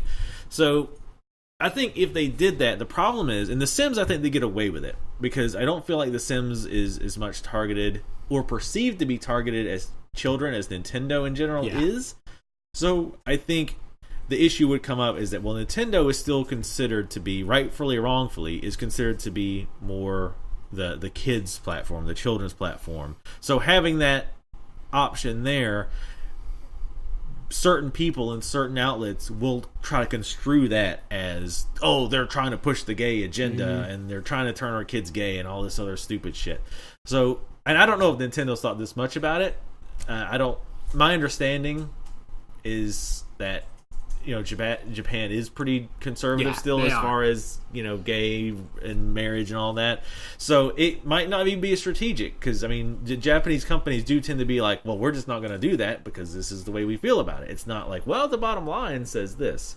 So it could be like a moral thing for them or a cultural thing for them. We don't care how much money, we don't care how angry you're going to get, we're just not going to do it. Which on some level, I actually respect that. The fact that they say, look, we have these stances, we're going to stick with them. I don't agree with the stance itself. They have the ability to do that. Right. And I might not agree with the stance itself, but I can respect someone saying, we're going to lose money, we're going to get people mad at us, but these are our beliefs, and we're going to stick with them. And like I say, I can respect that. I can absolutely respect that. I can say, I think your stance is stupid and wrong, but I respect you for standing your ground. Right, and I won't buy your game because of it, but I respect that you stood your ground and didn't go, well, we don't want to make people angry, and they just kind of wishy-washy like most people do. So I do think it's tricky for them, and that they would end up getting a lot of crap. In my opinion, I think that would probably happen. Because, again, all the factors of it being targeted more towards kids. And that game in particular sounds like it might be more targeted towards kids, too. Yeah, but I guess the thing about the whole argument of it being targeted towards kids is, like, it's not like the ability to have this relationship is equivalent to encouraging or having a dialogue with the user about the possibility of a relationship. But the problem is other people don't see it that way. People see giving the option as at what point, though, do you continue to do something because stupid people are going to perceive it the wrong way? At what point would I do it? I would say screw those people, and I'm just going to do what I want. But I'm not the CEO of a major corporation that's in financial straits. So, well, I mean, I'm curious though. At some point, the cultural landscape shifts, right? So that you'll lose more money on this decision than you'll make, because at some point you have to evaluate, and I don't think Nintendo or most people have the ability to accurately survey the entire country on lost sales versus gain sales based on this decision. But at some point that's going to happen, and I guess it's just I mean, it could have already happened. Like, for all I know, they're going to lose more sales based on this decision than if they made the other decision where they just allowed it. I could see a scenario where, and it's I mean, this is total speculation, but I could see a scenario where they said, you know what, we're going to go ahead and allow it, and then a bunch of people who supported it, hopefully a bunch, even if they didn't really have a lot of interest in it, would buy it to support their decision, and they know that a lot of people now like will say, well, I'm not going to buy this because you're trying to push a gay marriage and your gay agenda and all that other shit. So they go and buy a copy, because that kind of happened, I think, with Disney, where when I think they did something, this was years back, where they did something that supported gay marriage or something like that. So I heard was like what the gay community did was they basically went out and saw whether they wanted to see it or not. Yeah, they went and at least bought tickets for like the latest Disney movie. Yeah, to support them, because they knew a lot of people were like, well, I'm not going to go take my kids to watch Disney anymore because this is unhealthy. So they would said, okay, well, we'll go and we'll put our money where our mouth is, and they bought tickets. And like I said, even if they didn't want to watch it, they just buy tickets and watch something else or leave, just to support Disney for supporting them. I guess I wish we had the ability to observe alternate dimensions where this happened, and because I see the possibility, but like I really feel like even a Fox News report where it's like, are they encouraging blah blah blah? It's like, if it's just the choice or the ability where you as the user choose to do that, and then that triggers it, that's completely different from like saying like, don't you want to be attracted to this boy? Like this boy, like, sir, is cute. He's looking at you. He's got a nice ass. And I feel like even Fox News would have a hard time pitching that as like, this is pro-gay because they allow you to be gay. Like, but that's the thing. Like, they have not that this is like a political podcast or anything. Well, like, this is baseball political. Video game political. Video is the end of that one. Yeah, but like, I feel like they have proven in the past that they can take things that are totally for example, because my roommate used to watch Fox all the time. I remember one particular example which always amused me, where they were complaining about these union people, and they were like doing violent protests, and they're showing footage of these violent protests while they're talking, and supposedly this was happening like Minneapolis, but like the footage, they had like palm trees and stuff, so they were actually showing footage from like a totally different scenario, but they were trying to play it out like this is what was happening. So they have no problem with doing things and presenting it in a way that it's not entirely truthful, and they don't really care if it's. They got to be fair and balanced. Well, fair and balanced in how they warp things. But long story short, I definitely think it's dumb not to have it. I think, as always, it's going to be the same thing that always happens. People are going to lose their minds and post on Twitter and Tumblr and all these sites about how outraged they are and how they'll never support Nintendo again. And then a month from now, nobody's going to care. It's going to be the next outrage. And and I guess another thing is like, if you did have alternate dimensions, I bet you like this game would sell almost exactly the same, and like it's probably going to sell. I don't know. I mean, I would perceive it that it would sell poorly either way. Like, it doesn't seem like the kind of game that there's a lot of people who are like, when is Tomodachi Life coming out? Like, well, the first time I heard about this game was when this came up. Yeah. So, I mean, I don't know. Like, who knows? Yeah. But I do think it's dumb that people are just, I don't know. It's like some people get so like righteous about it and like Nintendo is so terrible. It's like, this is Tomodachi Life. Like, it's like, don't buy it. If it's like, all right, that's the choice that Nintendo made. I'm not gonna buy it. Like, there's no need to get worked up about it and get so like righteous about it. I don't know. It's like, well, that's what people do now. They get super righteous about things. But I consider myself a progressive person, and I'm not like I think that's what Nintendo should have done. But I'm not gonna get upset about it. I don't know. Yeah, it's like me and the Chick-fil-A thing. Like, I don't like Chick-fil-A as a company. You know, and I was okay with them saying that they weren't for gay marriage. Like, they have an opinion. I don't agree with it. Yeah. Whatever.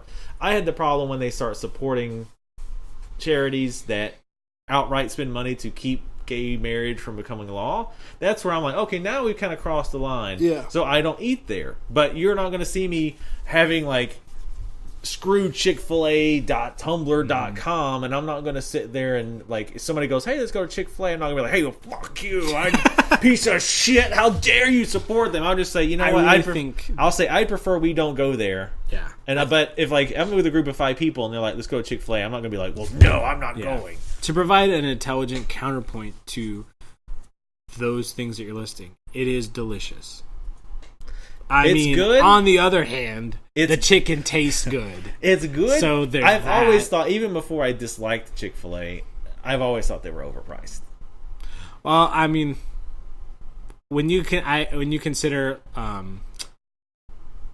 this is a video game podcast, but it used to be. When you consider how much they pay their employees more, and they do a good job of actually like getting customer things that are service more fresh and customer service, but overall they pay all their employees better, and they have better like compensation packages and everything. It's like, I can see why that's more expensive. Like, right, and I understand all that, and I think their margins totally are probably agree. the same. Their stores are clean. The employees are almost always like nicer, and don't get the impression that they hate being there, even though they probably do. I've worked at both Chick-fil-A and McDonald's. Oh, and I see the big differences in those organizations. It's like the difference between Walmart and Target, right? If you go to Walmart, the employees half the time are trying to actively avoid you. They look like they're not happy to be there. But Target, like, the store is always really clean. It's always just very, nice people that work there, because they just have different.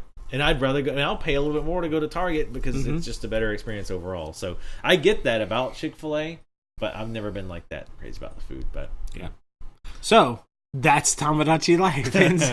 Don't buy it unless you hate progressiveness and you hate homosexuality. Then you should not buy it. I have to say, I am definitely not buying Tomodachi Life. Yeah, I am not buying it either. It didn't have anything to do with this story. I would have said that before this. I totally, to be fair, in all seriousness, I totally support people who are saying, "Look, I'm not going to buy this because of this issue." I've done that. That's how you vote when it comes to a private company's product. Like, right. I don't have a problem with educating people and say, "Hey, by the way, this happened with this game. Just FYI, you might not want to support it." But if they do say, "Well, you know what? I'm still going to support it." Like, don't flip out. Like, don't freak. Like, just don't do what I do with Chick-fil-A. I just don't buy it. I'm going to go play Tomodachi Life at Chick-fil-A. I'm not going to drive by Chick-fil-A and throw eggs at the people there, as much awesome as that could be. Yeah, you stopped doing that. Yeah, I did stop doing that. The law kind of got tired of me doing that. Mm-hmm.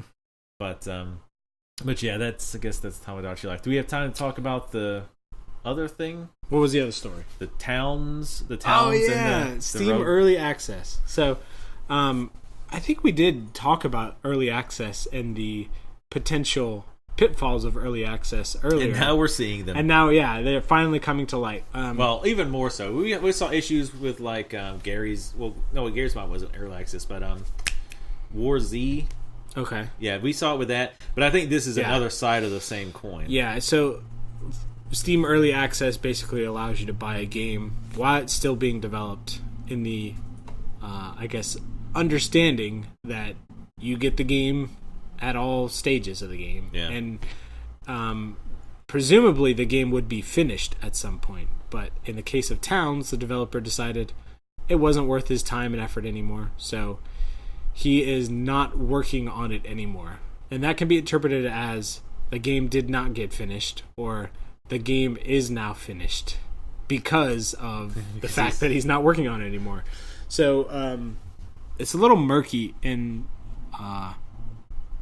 as we basically with crowdfunding and early access and all this stuff, the entire proposition of game for money becomes more complicated, because you're giving your money at a different point, and you are giving your money before you understand what the finished game looks like.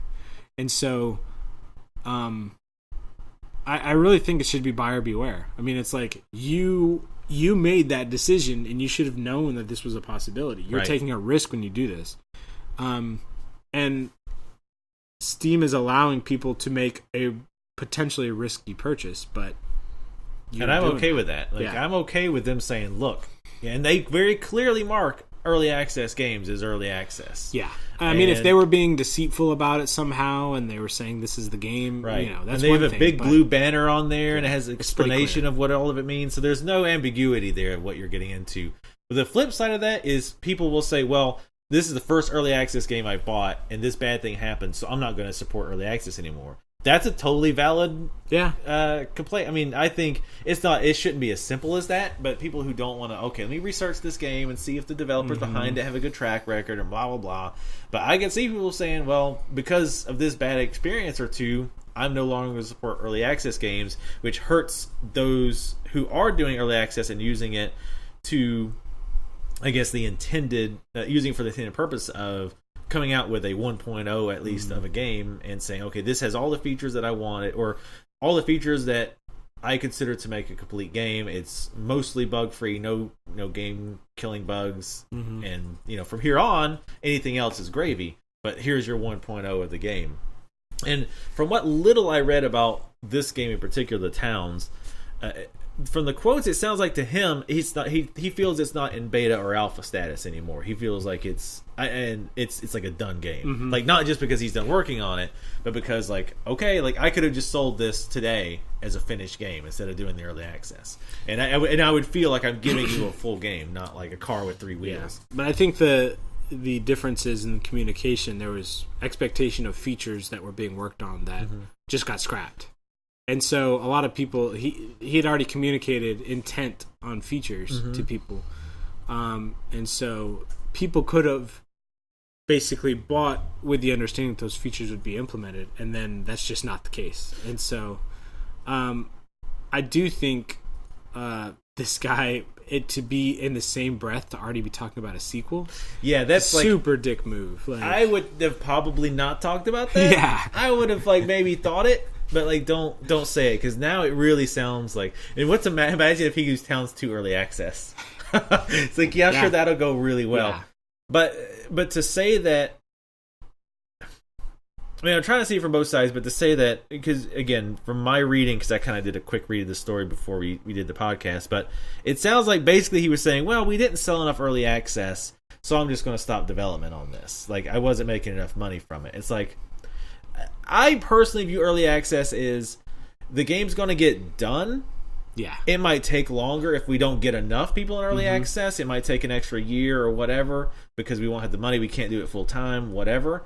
But it'll almost probably still come out. I mean, things happen, but it'll probably still come out even if we only get one person to buy the game. I don't think early access should be a Kickstarter used as dependent towards. I mean, you should be able to get 0 early access sales and finish your game. Right. Like, it should not be part of your financials that we need X early access purchases in order to make it at all. Right. Yeah, because then it's like that's too risky. And in some level, I could see it's like he did it wrong, and a developer shouldn't be allowed to base feasibility of completion on early access sales. Yeah. Yeah, so, I think that's weird because the same thing, the timing is interesting because apparently Paranautical Activity, it's a FPS roguelike, and I didn't play it because I hate roguelikes, but I know it was very popular, at least for a while, and there's still people playing it, and there's mostly 2 people working on it. This same thing has happened with them. I think that it just happened this week, where they've been saying, well, a long time ago they were talking about putting co-op in, because right now it's just single player, and they've been talking about putting in multiplayer, talking about putting in co-op. And at one point, they apparently flat out said co-op multiplayer is going to be a thing for this game. It's going to happen. And apparently, and I haven't double checked this, so it might have been removed, but I saw several sources say that it's actually on the Steam page that multiplayer is coming. And one of the developers made a statement that said multiplayer is not coming, period. It's not going to happen. We're doing 2 more major patches to the game, and then we feel like it's complete. And the interesting wording they used is that they're going to do 2 more patches and then development is done, but it's not abandoned. Mm-hmm. So that's the people started asking, well, what's the difference between abandoned and we're never going to work on this game again? Yeah. Like, what's the difference? Like, I don't. The only difference I could see that was not stated by the developer is that, well, let's say like there's a Windows updates that cause the game to not run, or there's a Steam updates and the game just flat out crashes. Then okay, maybe we'll go back to it and do a fix to get any game-breaking bugs like that fixed. But if you're not going to do that, to me, that means the game's abandoned. Yeah. Like, if you're not going to do a patch no matter what, you're abandoning it now. Yeah. I feel like there does need to be an onus on developers that verbally promise something that's taken away. Because it's like, if they have the ability to promise a feature and somebody buys early access based on they've communicated that they will do this. Yeah. And then they just say, nope, we decided not to do that. It's like, well, you changed the proposition on me. Yeah. And I think a lot of people said they bought the game because it stated that they planned to put multiplayer in the future. And the people were like, well, they said they planned to put it in the multiplayer on the Steam page. Like, all right, you can kind of sort of squeeze by that, maybe. But then when the developers are posting on their website saying multiplayer is coming, then, all right, now you really don't have any leg room. Yeah. I think part of the problem we're starting to see now, or we'll probably continue to see with indies, is they're gung-ho about this stuff, like, right now. Yeah, we're going to get this multiplayer working no matter what it takes. Yeah. And then 3 months down the line, they're like, man, I'm so tired of trying to get this to work. Especially if they have other jobs. Like, if they're doing this in their spare time, it's like, I work as hard as I can in my spare time, but it's like they've got full-time jobs they've got to do. And they just get tired of working on the same game. They're like, I want to work on something new. I've been working on this game a year and a half. Or it's been released for a year and a half, and I'm still trying to get multiplayer, and I've got all the other ideas that I want to pursue, but I'm still trying to get multiplayer because I said that was going to work. So I think it was kind of them, like, honestly believing they were going to get multiplayer working, so they jumped the gun and said, yeah, it's definitely coming, guys. Let's put it on the Steam page. This is all coming. And then when they faced the reality of how difficult it was, and the reality of just how boring it might be, and how they want to move on to other projects, it was just like, and that's why you see a lot of companies, bigger companies, don't promise these things because they know this is what happens. They say, they might have full intentions to do this, but then they dig into it and find it's harder than they thought it was going to be, or take a lot longer, or take more money. So they don't want to do it because now they look awful, because now they have to backtrack and go, oh, well, we came up with this and it's not going to happen. Yeah, when somebody's buying a product from you, your words have a lot more weight than, I mean, you should be careful of what you say, what you express, even as intention, not just promises. Just I plan to do this, whatever. Like, your intentions weigh a lot, because if you don't fulfill those expectations, then it's perceived as deceit. Right. And it's never perceived as like, oh, okay, you didn't get around to it, I understand you. It's just like, you tricked me. Like,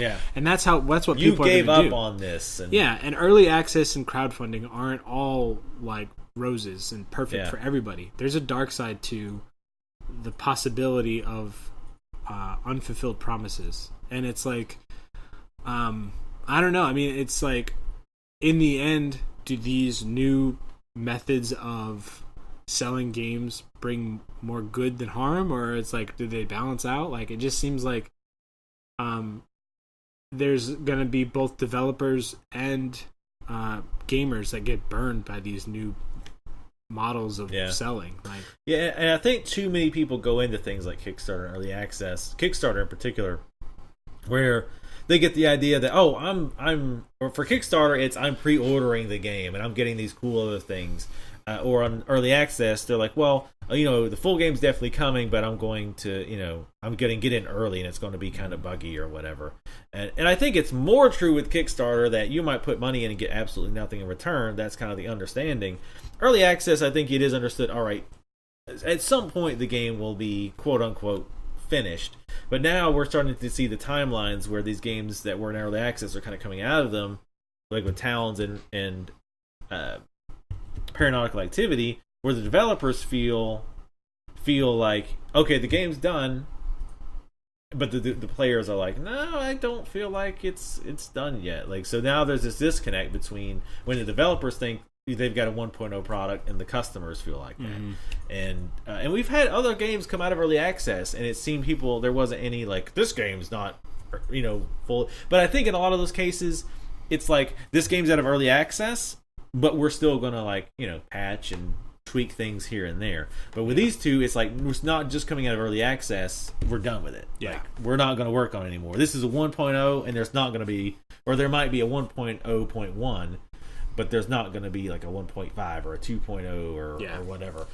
And I'd say, like, with this stuff, it's buyer beware. Yeah. Like, you have to know what you're getting into it. You have to know that at any time the developer could be like, I'm not going to do it anymore. Yeah. But it's like, if you don't like that, just don't buy into it. Yeah. Like, there's nothing wrong with not buying like early access or not doing Kickstarter. Like, or put like, or especially Kickstarter, put like $5 in. Put the minimum in. Yeah. Like if you're that cautious and that you're going to get that angry that you got burned, put like a very small amount in, or don't do it at all, because you're not obviously built to do this if you're going to get that pissy. Because like, if money, even if something like the Ouya, like I put $100 on that thing, and you can just see it sitting there collecting dust on my fire poker holder there. I'm not angry that I spent the money on it. I knew what I was getting into. I knew very well that it might not even come out. Like they just might disappear. And I'll get nothing out of it. I knew I'd be upset that I spent $100 and got nothing out of it. I'd be mad at myself. I would be mad at the situation. I'd be mad at myself. I'm not going to sit there and say, "Oh, Kickstarters are bullshit," and blah blah blah. I knew the risk when I got into it, and sometimes you're going to get burnt, and some people can't handle the getting burned part. And I think part of it's they can't handle being burned, and part of it's they don't really understand what it is. Like there's too many people who think Kickstarter is pre-ordering, and they think Kickstarter is investing. You're not investing. You're not an investor. You're not a shareholder. You don't get to be on the board of directors. You don't get to have a say in every little thing that they do.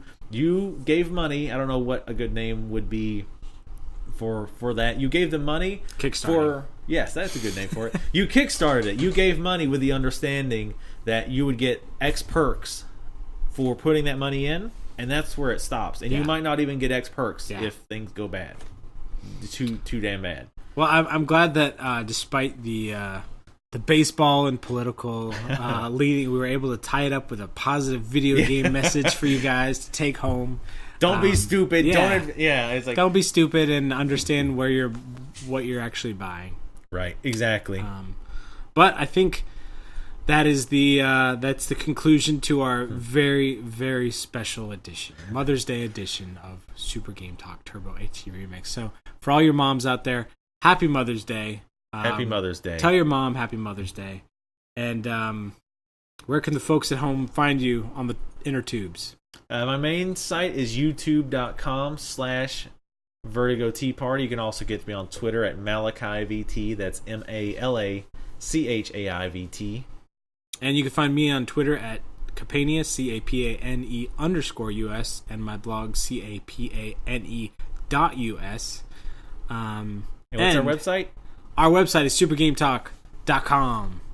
And go ahead and look us up on iTunes, rate us, tell your friends about us. Tell all your friends about us. Even the ones who hate video games and people who talk about video games, tell them anyway. Tell them it's a sports podcast. We do a little sports in there. Yeah, sports, politics. Out of 2 hours, we talked about sports for like 10 minutes. So definitely. Tell your moms about us. Yeah. All right. Look at that. We didn't make a whole mom joke the whole time. Like, they were just there. I know. Like, right for the picking. But, we're better than that. We were professional. We were pretty good. Exactly. All right. You guys, have a good week. Bye-bye. Bye.